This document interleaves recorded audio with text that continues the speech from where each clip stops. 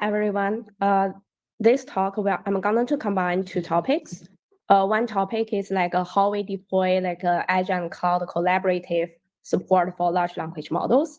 And secondly, we are going to address what are the security issues inside and what are our solutions to handle the security issues. So the topic is like firstly going to like optimizing edge and cloud inference systems for collaborative large language models. Like everyone knows about how to train the large language models, and people like have heard of like large language model serving is a popular topic and it's a trending topic now. As far as we have already got the large language model trained, the key obstacle to get it onto the market is like to serve it to the different apps. So what are the difference between like training and inference? So there are two main differences between the training and the inference systems. First of all, like usually the inference system is a long-term service deployment, which means that once the models are deployed, they typically operate as a long-run service, which means probably if it is deployed and it works fine, then people probably like will keep the version for a long time. That means we should have like version control of the system, and also we should have like a stateless serving for the whole system. And the other thing is like there's no back propagation required for the pure inference part. Like when people usually talk about like serving system, people usually means like both continuous fine-tuning and inference. However, the inference part only process and it does not involve the back propagation or gradient descendant, which makes the system quite like a straightforward and quite simple. And so what are the optimization objectives when it comes to the edge? So the difference between the cloud and the edge is like edge devices, not what I mean by the edge cloud, is the edge devices are usually like with little battery and also it with limited resources. So with this stricter like resource constraints, inference system often face more stringent source limitations than the training systems. And also one key difference is like, as far as we know on the cloud, we have H100, like A100, mostly is like NVIDIA GPUs. However, on the edge, the devices on for the inference models that deployed are varied, requiring adaptivity for the difference of the hardware system environment. So how could we resolve that? And this is a topic to talk about today. Before we want to know like how to like how before we go step into what the like system is and how do we do optimization, let's go for an overview of how the Azure cloud inference deployment model is and how like the system end-to-end system looks like. So there are 5 different deployment nodes across the different companies. Like most of like inference systems on edge right now is like is similar to this deployment model. Like people deploy the model on the device, focusing on optimizing the model execution to reduce the latency. And this kind of like a smaller LLMs are put onto the cell phones, earplugs, and smartphones. For example, people previously use like transform models to work on the applications. Like when you download the app, the application will download the smaller models onto the device and do inference from there. This is a model structure specifically for the edge, and it applied compression techniques beforehand. For example, it used like model quantization and pruning techniques to make the model smaller. And the model is designed specifically to run the ASIC chips for neural networks. And there comes like as it deploys, people want to use larger and larger models. So that's why people are trying to use secure communication protocols between the edge devices and the cloud edge devices, where they deploy the model in a data center, where the edge devices send the request to the cloud via the security communication protocols, and the cloud actually do the inference and returns the results. And the large language models residence in the cloud, where we need to enhance the model security by running in the cloud. And actually, we fully offload it to the cloud. And this might compromise real-time performance. So this one is not largely deployed. The third one is like collaborating edge with cloud inference together, where we put the smaller models on the edge devices and the larger models on the edge cloud. For example, the planning model, the agent model, is a small model that is dedicated to this user for this application. So it is pre-downloaded and trained, a little trained and compressed on your cell phone, stored on your cell phone, and it will communicate with the large models for further execution. So it leverages the structure of the AI model of the different layers. For example, for a student model on the device for computation, while the other parts are still placed in the cloud. And the fourth one is like, some people think, okay, I have a lot of devices, IoT devices in my home, and I want to use them all. So how could I do it? I want to do a distributed system from a distributed serving, where we got the inputs from the edge cloud, and it also requests like the LLMs on the edge cloud to support some of the services. So what it did from the previous, different from the previous model, is like the models are dynamically sliced into different slices.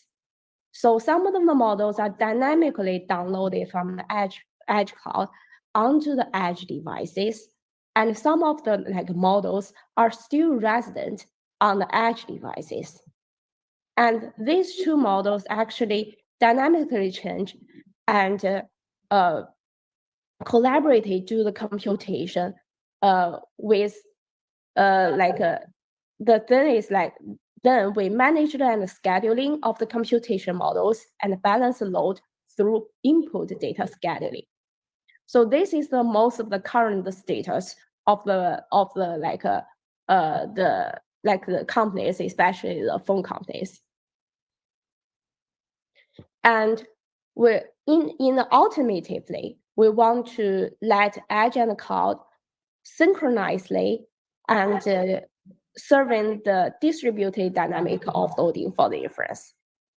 So we want to ultimately, what we want to do is we want the decisions of the slicing of the model and the scheduling of the models between the different devices that make the decisions based on the empirical balance of factors, such as the power consumption, the accuracy, latency, and input size.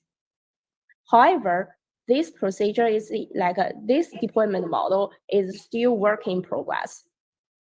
And this kind of a deployment means that different models can be selected from the current popular models, and layers could be combined from multiple models through knowledge distribution and mix and match techniques.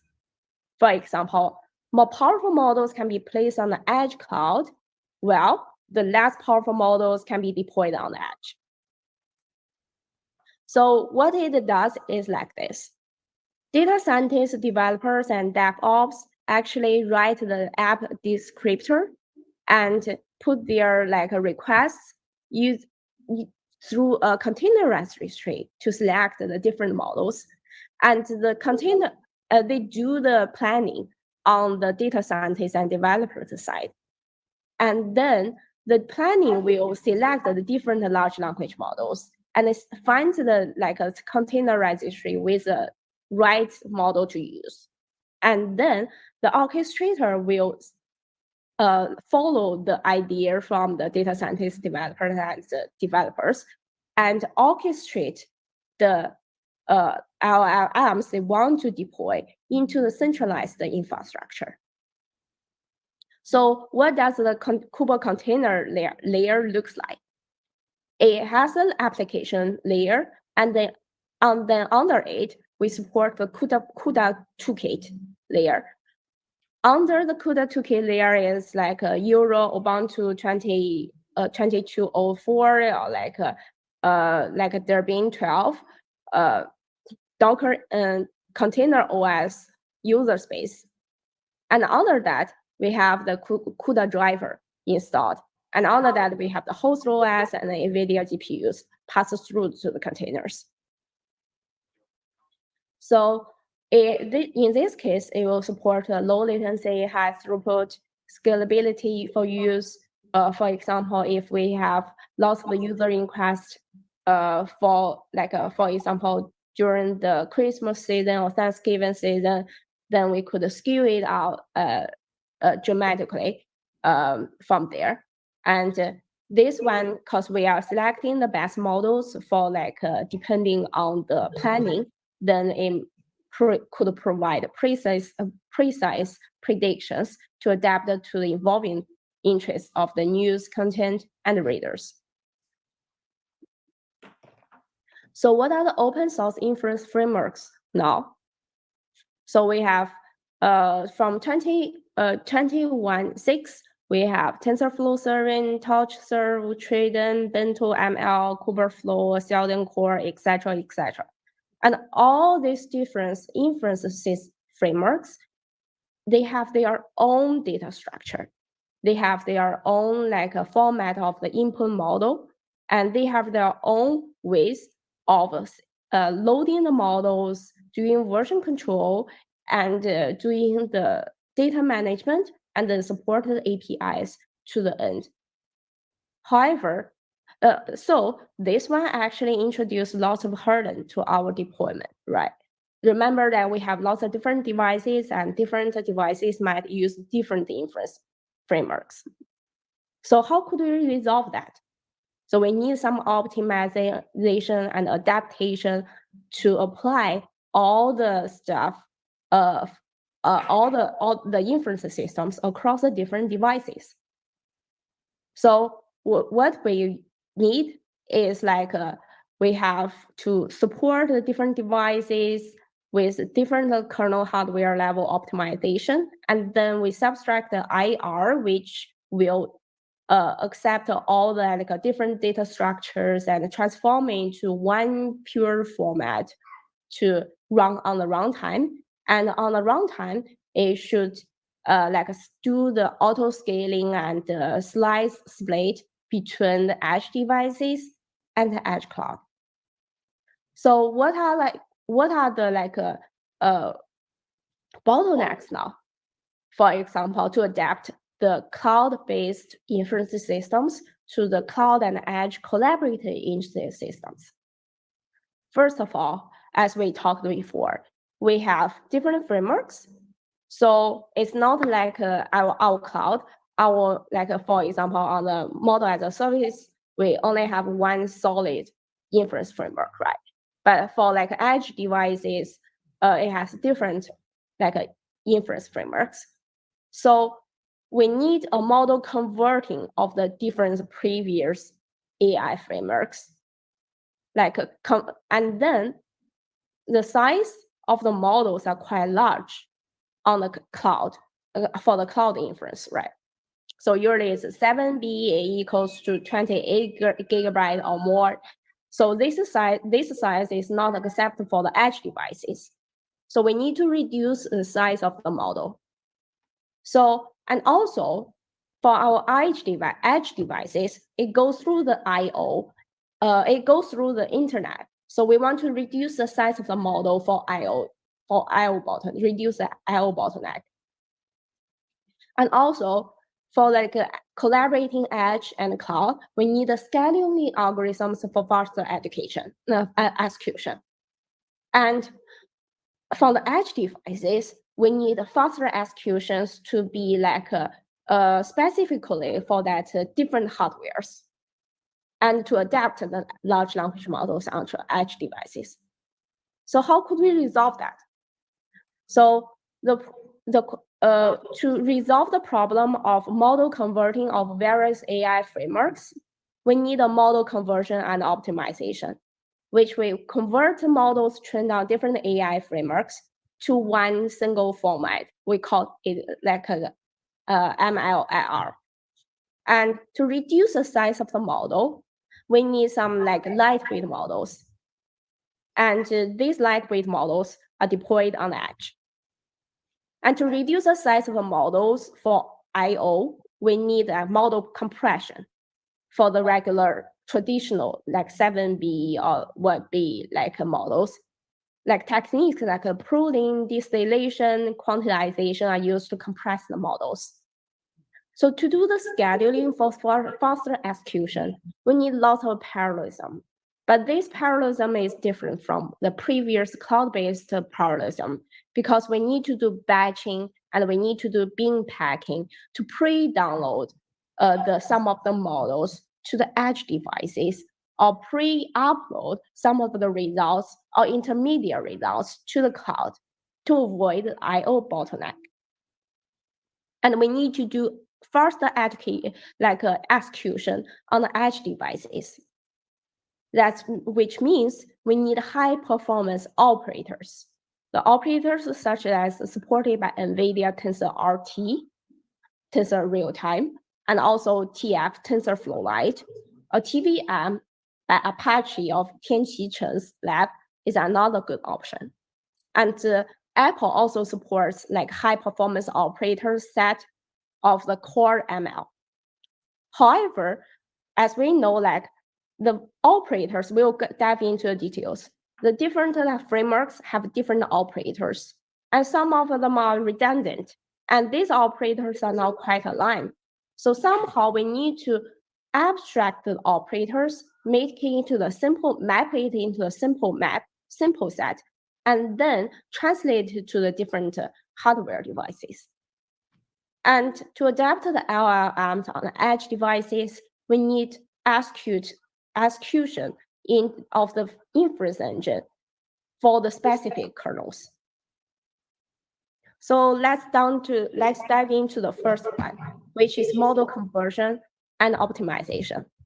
As we can see from this like table, for example, the popular frameworks like Caffe, TensorFlow, and PyTorch, they have different like model method, model format. Caffe supports the Caffe format, and Torch support self-native Torch model format, ONNX, and Torch script format. And different like a format, they use different set of the operators, for example, and the size of the operators are totally different. For example, the TensorFlow has more than 1,500 operators, while PyTorch has 3 versions. Different versions have different operators. And both of them output the models, the layers of the models in different format. For example, Caffe in Caffe model and PyTorch in PT file, etc., etc. So what we need to is like, we need to firstly write a converter for each and every framework, and then convert the different formats into one consolidated inference IR. And from this consolidated inference IR, we firstly do some pre-optimization. The pre-optimization is some standardized compiler technologies such as dead code elimination, like a constant elimination, and the common operators elimination.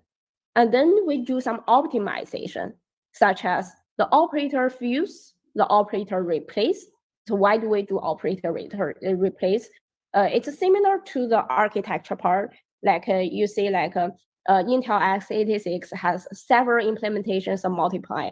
So we want to well, ARM only has one implementation of the multiply.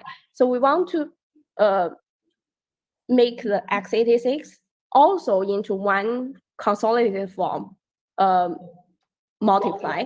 So all the operators could be orthogonal. So so that in that way, all the AI frameworks, they could be formatted into one IR. And then afterwards, in the end, when deploys on the different edge devices, we want to do some post optimization, such as we want to change the data format into the where the edge device could accept. And we want to remap the memory and then reduce and combine the operators so that it could be more efficient on the edge devices. And while transforming the transforming the AI edge devices between the cloud devices, we need some model serialization. We need some protobuf and flatbuf conformated serialized format, and we do need to do a IR design and schema design to transform and convert between the different edges. So the converter, in summary, the converter includes two parts. One part is a graph converter where it converts all the different frameworks into inference IR. And then the other part is graph optimization, which is do static and conform static and dynamic graph on top of the inference IR and do the operator fuse, operator replace, layout adjustment, and memory allocation for the different devices. So so what are the in the AI frameworks? As we could see, the AI frameworks usually includes the tensor and operator. So what are the a tensor is a kind of int, float, or string format of matrices, or a different what we call tensor is not only matrices, it has several dimensions of the matrices, which will tell us what the models are and the different dimensions for model. And inside of between tensor calculations, it's the operators are calculating them. So we can go from one step to the other step. So what are the common operators include add, sub, multiply, and convert, convolution, batch form, etc. So how could we when we define the tensor in the PyTorch, it looks like this. The data format of the data looks like this. So we have different memory allocations for the tensor. And the different memory allocations, some of them works for the edge devices, some of them work for the cloud better. And we have the definition of the tensor. And we also have the different operators, the common and special operators of their use. And we have some common operation definitions for each and every operator. For the compute graph, we have the subgraph definition, and we have the net definition. So all these stuff are in the model. We need to translate them from one to the other and translate them into a consolidated IR. So for operation replacement, as we said, for the first optimization, operation replacement is sometimes we have one-to-one. First method is we do one-to-one mapping, where we map for example, we map a linear to the convoluted 2D. So make the fully connected layer into 101 convolution, so that if it is 1 times 1 convolution, then it is much easier to be calculated on the edge devices where they have the neural circuit ASIC. And we could do some other like calculations on the edge cloud for this. And also, we have the 1/several, which means we use one operations and translate into several other like 2 or 3 operations. For example, the shuffle channel replace could be replaced by reshape plus the permute. And also the path replace could be replaced from path to like a pad 2 from the like inference like the input model to the other kind of model. And also the ship and replace, which means like we could translate the ship and operation for different and several like ship operators. And the group convert replacement, we could use a group convert and use it to be implemented by slice and convert. And group convert probably does not like work on the edge devices, but edge devices could calculate the slice and convert convolution. So that's why we use this one to we use like some operators that could be work on the like edge devices to replace the complicated operations on the cloud. And we have the linear operations of the different linear like operators, which is called optimization of operator fusions. For example, we could use convert bn and act, and we could use convert bells and act, etc. And also, for the operators like permute, we could fusions, we could add matmu and skew, and batch norm with a skew, and batmu with add, etc. And for the other fusions operations, we could use a convert with a ReLU6, so that makes like the operation action faster. Another technology is called to reduce the size of the model for the I/O. We need to like do some pruning, distribution, and distribution and quantization. For the lightweight models, sorry. To reduce the size of models, we want to deploy the lightweight models on the edge cloud, on the edge devices. Previously, there are lots of lightweight models. For example, the SqueezeNet model, the ShuffleNet, BottleNet, ESPNet, etc., etc. And what they do is like the main contribution is like they use smaller like kernels to replace the old big kernels, so that could be executed on the edge devices. And it uses the depth-wise convolution to replace the previous normal big convolution. And also, it uses a thick connection to make the model like more steeper, so the results could be more accurate. And the most recent like lightweight models are including mobile VTI and mobile former and efficient former. We'll not go into details for today, but I will put the inference, like the references here. Sorry, a little typo. So another technique, this is what we call is like a model compression. Model compression, a popular like compression technique ideas include pruning, distillation, and quantization.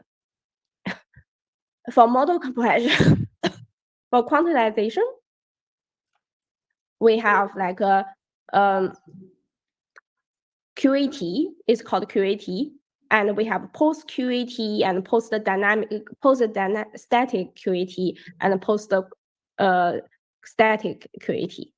What it mostly working on is like, for example, the edge devices only works for the bit-wise, for example, int8, or like even smaller precisions. Well, the edge cloud device models, they works for like float 32 or like the other kind of like model sizes. So we want to quantize the float 32 into 8 models. In that way, both the I/O and the model size are reduced. So I just and there are some like pruning techniques. Pruning means like, for example, we have a large model, and some of the models they actually are zeros. So for those zeros, we could actually cut them. Like when we do the convolution, we don't need to multiply all of them to like that makes some redundant calculations. So there are lots of pruning techniques. And also, they have another like model compression idea is like knowledge distillation. What we are doing, like we use the teacher and the student model to train the teacher model to make it much like smaller. For example, we have a model size of 32B, and however, this model includes lots of knowledges. It includes response-based knowledge, feature-based knowledge, relationship-based knowledge, and architecture-based knowledge. Well, in our like application, we probably only need a relation-based knowledge, right? So in that way, we could do some like distillation, to use the data to fine-tune the models to make it smaller and make it perfect for the relation-based knowledge. So in this way, the 32 billion model could be reduced to 2 billion model, which could be deployed on the edge devices. And I want to go into details because of the time limit. And for the scheduling of fast execution, as we know, we have previous batch and bin packing techniques. And for faster applications, we have light operators, like a call ML and TF light, as we could see here. And as we talked before, we have lots of different deploy models which request us to communicate from the edge devices with the cloud. And also we need some synchronization between the edge devices and the cloud. And also the users, maybe they does not trust the cloud. And they might think the cloud might steal the data and the cloud might change the models from somewhere. So how could we make sure as edge device owners, how could we make sure that the cloud did as it is, especially in the mode 4 and 5, where the models are dynamically cut and have constant interaction from the edge devices and the cloud? How could we make the track or monitoring system, for example, what we call it attestation, to use a third party to attest and verify that the cloud devices did what it is, and the interaction between our edge and cloud did as it is. So here comes our framework. Our goal is to build a unified APIs which actually support different devices and the different edge device, both edge device and cloud devices, and make it a unified attestation and evidence support for the large language models. So using this API, you could track the model version and which model slides are downloaded onto your edge, whether that your action and your requirement are actually executed on the cloud as you want it to be.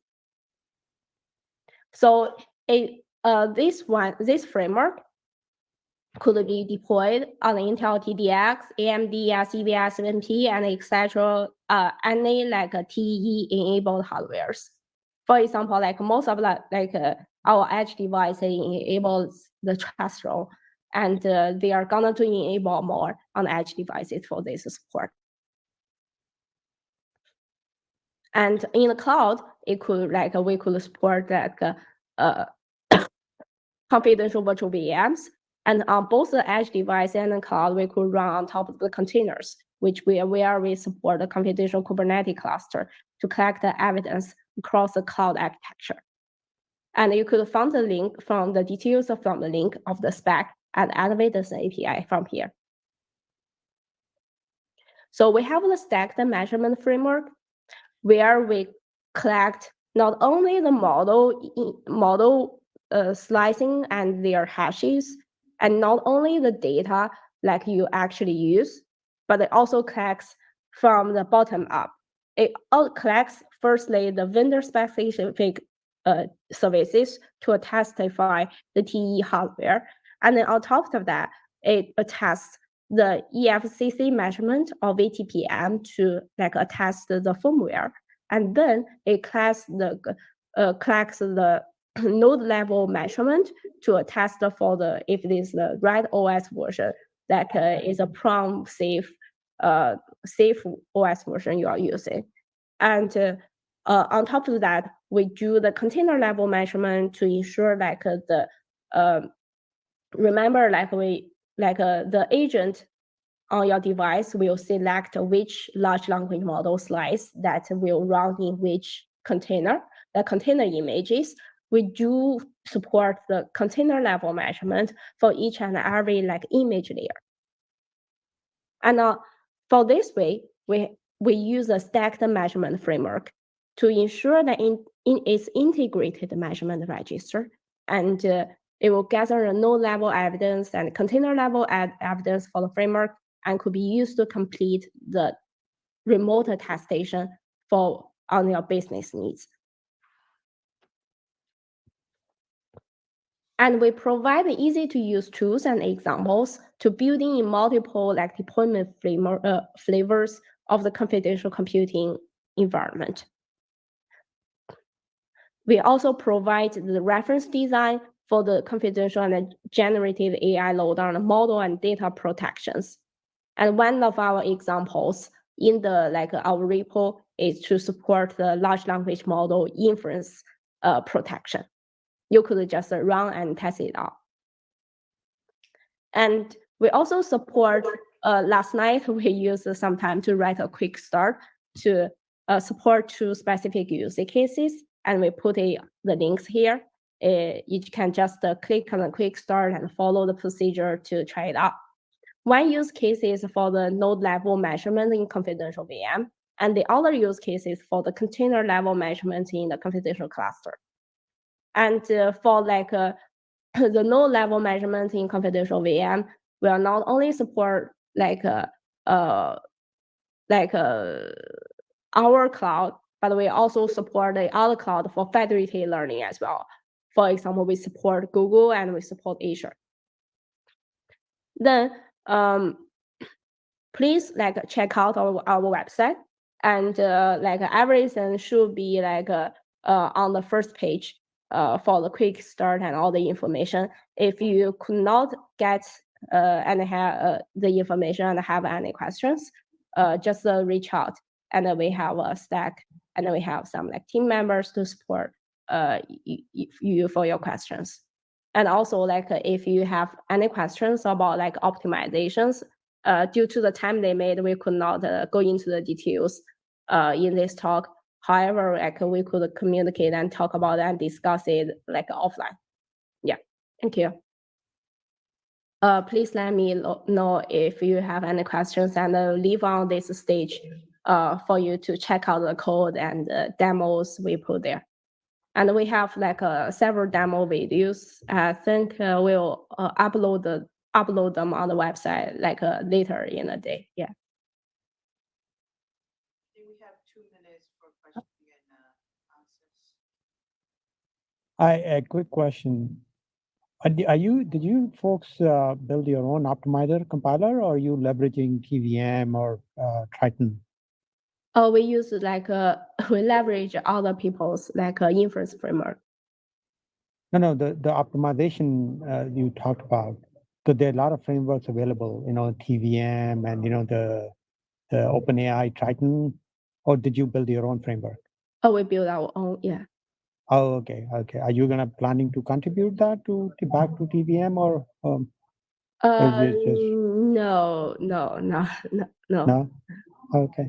Yeah, that work is still in progress. Like as I'm in like security, so I'm mostly focused on the security part now. Yeah, because a lot of work being done in open source, the Triton work and TVM.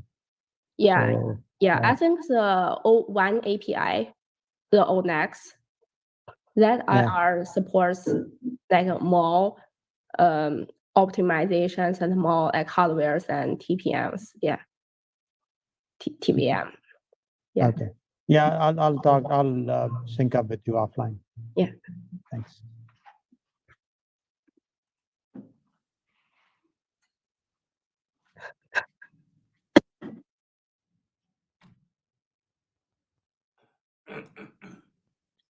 Mm.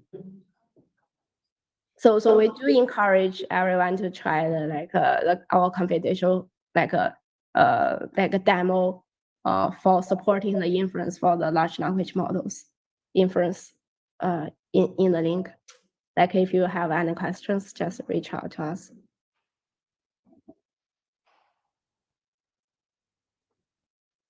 And if you think it is good, please do a start and fork the repo. Yeah. Thank you so much in advance.